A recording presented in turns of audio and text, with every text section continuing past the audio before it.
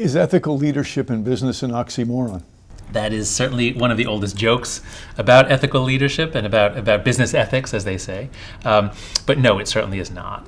People are complicated. People want to do good, but we're prone to do bad. And it's not so much based on what's in our heart as what's in our environment.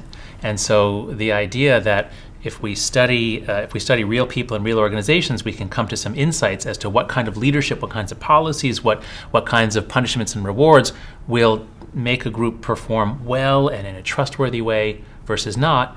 I think it's pretty self-evident that this is worth doing. This is your new book, The Coddling of the American Mind, Setting Up a Generation for Failure. Where did you come up with the subtitle? Yes. So the idea of, when we called the book The Coddling of the American Mind, we don't want to make it sound like, oh, those kids today, they're spoiled and entitled and lazy. That's not true. They're certainly not lazy, and they don't feel entitled. They've got a lot of problems. The word coddling means overprotection. Who did the overprotecting? The parents, and then the teachers, and then the administrators, all the way up from preschool through college.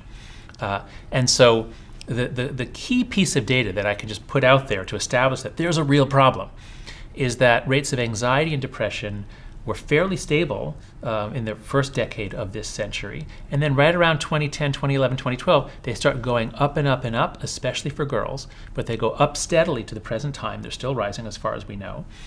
And it's not just an accident. It's not just that they're saying they're depressed because they like those words more. Rates of hospital admission, if you look at how many people are going to the hospital because they've cut themselves deliberately, that shows the same pattern. If you look at suicide, same pattern. Gen Z is having some really serious problems. They're much more anxious. They seem to be more easily harmed by words and ideas around them. When they go into the work world, they're behaving differently.